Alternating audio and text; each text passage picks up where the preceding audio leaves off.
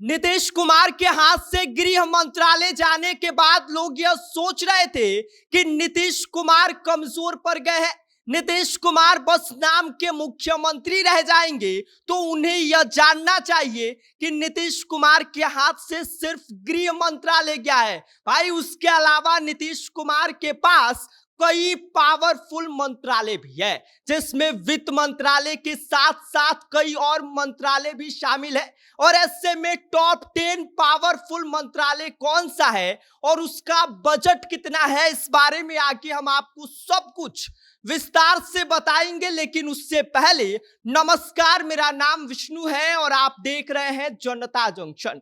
भाई साहब, लोग यह सोच रहे थे कि नीतीश कुमार के हाथ से गृह मंत्रालय चला गया है तो नीतीश कुमार कमजोर पड़ गए हैं, नीतीश कुमार के पास अब पावर पहले जैसा नहीं रहा है। तो उन्हें यह भी जानना चाहिए कि भाई सिर्फ गृह मंत्रालय क्या है, गृह मंत्रालय के अलावा कई पावरफुल मंत्रालय अभी भी नीतीश कुमार के पास है। आपको बता दें कि पहला मंत्रालय टॉप 10 पावरफुल मंत्रालय में है होम मिनिस्ट्री, जो इस वक्त सम्राट चौधरी के पास है और सम्राट चौधरी भाजपा से आते हैं। ऐसे में होम मिनिस्ट्री का पावर यह होता है कि सारा कानूनी पावर और पुलिस का जो भी गतिविधि है उस पर सम्राट चौधरी यानी कि गृह मंत्रालय निगरानी करता है, उसका सारा डिसीजन गृह मंत्रालय लेता है। और ऐसे में गृह मंत्रालय का बजट इस वक्त 17,831 करोड़ रुपए अभी गृह मंत्रालय का बजट है। और अब सुनिए नीतीश कुमार के मंत्रालय। आपको बता दें कि नीतीश कुमार के मंत्री है विजेंद्र यादव, जिनके पास वित्त मंत्रालय है और वित्त मंत्रालय का बजट इसके बदौलत आपको बता दें कि इस वक्त 3 लाख करोड़ रुपए है। इतने लंबी चौड़ा वाला जो बजट है वो नीतीश कुमार के मंत्री उस पर बैठे हैं। आपको बता दें कि फाइनेंस मिनिस्टर अभी भी जदयू के खाते में है। और आपको बता दें कि फाइनेंस मिनिस्ट्री का काम होता है बजट तैयार करना और पूरा वित्तीय गतिविधि पर निगरानी रखना। और इसके साथ ही तीसरा सबसे पावरफुल मंत्रालय है शिक्षा विभाग। आपको बता दें कि शिक्षा विभाग भी जदयू के खाते में है। सुनील कुमार जदयू से विधायक हैं और सुनील कुमार को इस बार एक बार फिर से एजुकेशन मिनिस्टर बनाया गया है। शिक्षा मंत्रालय का काम आप समझ लीजिए कि प्राथमिक से लेकर उच्च शिक्षा और उसके संचालन, पाठ्यक्रम तय करना और नीतियां बनाना जो शिक्षा से जुड़ी है, उसका जो पूरा कार्य है वो शिक्षा मंत्रालय का होता है। ऐसे में इस वक्त शिक्षा मंत्रालय का कुल बजट लगभग 60,000 करोड़ रुपए से भी ज्यादा है और यह भी मंत्रालय नीतीश कुमार के खाते में है। और आपको बता दें कि चौथा सबसे पावरफुल मंत्रालय है पीडब्ल्यूडी और पथ निर्माण मंत्रालय। और यह मंत्रालय इस वक्त नितिन नवीन के पास है और नितिन नवीन भाजपा से आते हैं। और आपको बता दें कि पथ निर्माण विभाग का जो काम है वो ये होता है कि सड़क निर्माण करना और उसके सारे रख रखाव की जिम्मेदारी इनके हाथों में होती है। और इसका बजट इस वक्त 17,908 करोड़ रुपए है। और इसके साथ ही आपको बता दें कि पांचवा सबसे पावरफुल मंत्रालय होता है स्वास्थ्य विभाग।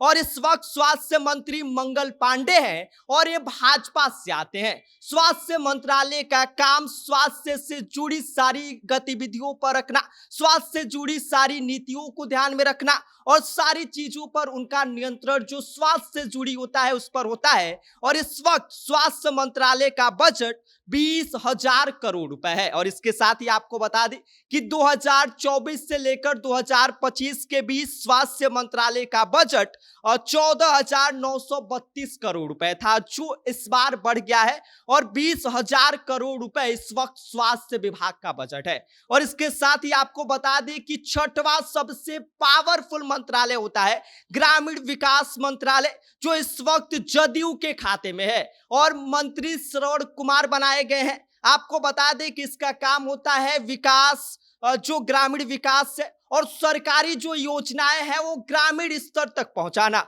लोक स्वास्थ्य इंजीनियरिंग भी इसी विभाग के द्वारा किया जाता है और इस विभाग का कुल बजट 16,093 करोड़ रुपए है। और इसके साथ ही आपको बता दें कि पिछली बार इसका बजट 27,000 करोड़ रुपए के आसपास था, जो इस बार के बजट में घट गया है। और इसके साथ ही सातवां सबसे पावरफुल मंत्रालय होता है नगर विकास मंत्रालय, जो इस वक्त भाजपा के खाते में है। नितिन नवीन इस वक्त नगर विकास मंत्री हैं और इनके पास शहरी विकास और उससे जुड़ी परियोजनाओं की जिम्मेदारी सौंपी गई है, जो नगर विकास मंत्रालय के अंतर्गत आता है। और इसका बजट कुल इस वक्त 11,982 करोड़ रुपए है। और निकाय से जुड़ी जो अलग जो बजट रखी गई है 2,160 करोड़ रुपए है। और इसके साथ ही अब बात करते हैं अगले पावरफुल मंत्रालय का, तो वो है ऊर्जा मंत्रालय, जो विजेंद्र यादव के पास है। और विजेंद्र यादव जदयू से आते हैं और इसका बजट 13,484 करोड़ रुपए है।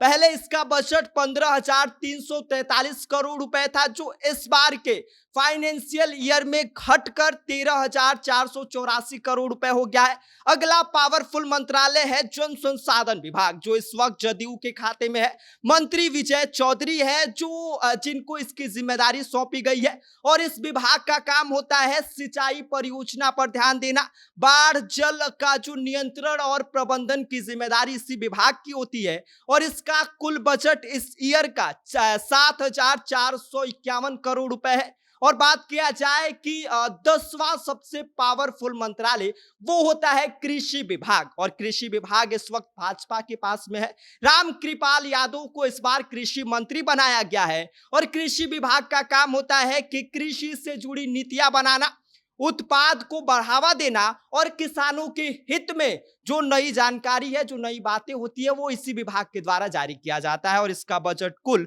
3,677 करोड़ रुपए है। पिछली बार इसका बजट 3,580 करोड़ था, जो इस बार बढ़ गया है इस फाइनेंशियल ईयर में। तो ये है कुल मंत्रालय, टॉप 10 पावरफुल मंत्रालय। और इस अकॉर्डिंग अगर देखा जाए तो नीतीश कुमार के पास सबसे पावरफुल मंत्रालय है। नीतीश कुमार के हाथ से भले ही गृह मंत्रालय गया है, लेकिन गृह मंत्रालय के बावजूद उनके पास वित्त मंत्रालय जैसे बड़े मंत्रालय उनके खाते में है। जदयू का मंत्री विजेंद्र प्रसाद यादव बनाए गए हैं, जिनके पास इस वक्त फाइनेंस जो विभाग है उसकी जिम्मेदारी है। तो कुल मिलाकर बात यह है कि भाई बराबर की जिम्मेदारी सौंपी गई है, सब बराबर है। लेकिन नीतीश कुमार को जितना हल्के में लोग ले रहे थे, नीतीश कुमार वाकई उतने हल्के में नहीं है। नीतीश कुमार भाई पावरफुल पहले भी थे और अभी बिना होम मिनिस्ट्री के भी पावरफुल है। बाकी इस पूरी खबर पर आपका क्या कहना है, आप क्या सोचते हैं, आप हमें कॉमेंट कर सकते हैं। आप देख रहे हैं जनता जंक्शन,